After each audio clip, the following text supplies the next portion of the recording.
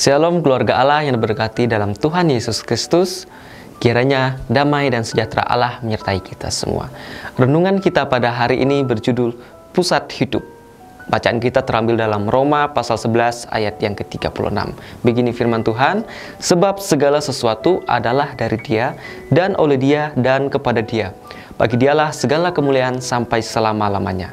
Suatu ketika penulis menghadiri doa malam di gereja, dan saat itu karena penulis datang lebih awal, hanya ia yang berada di gereja tersebut. Tidak lama kemudian, penulis ini melihat seseorang yang tidak dikenal berada di pintu gereja. Sebut saja dia Andi. Kemudian si penulis ini mendekati Andi dan dengan ramah menanyakan maksud kedatangannya di gereja. Rupanya, dia sangat ingin bergabung dalam doa malam tersebut.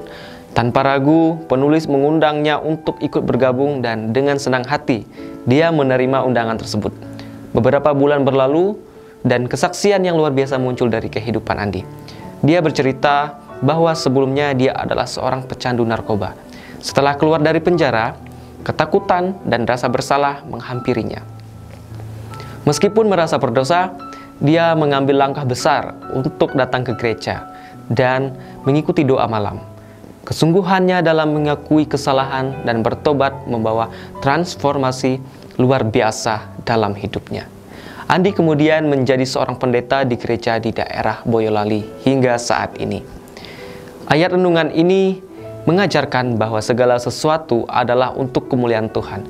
Cerita Andi mencerminkan bagaimana seseorang yang dulunya hidup dalam kesombongan dan keegoisan menemukan makna hidupnya dalam melayani orang lain demi kemuliaan Tuhan. Momen ini mencerminkan kebesaran Tuhan yang menegaskan bahwa setiap perubahan dalam hidup dari kegelapan menuju cahaya adalah hasil dari karya Tuhan Yesus.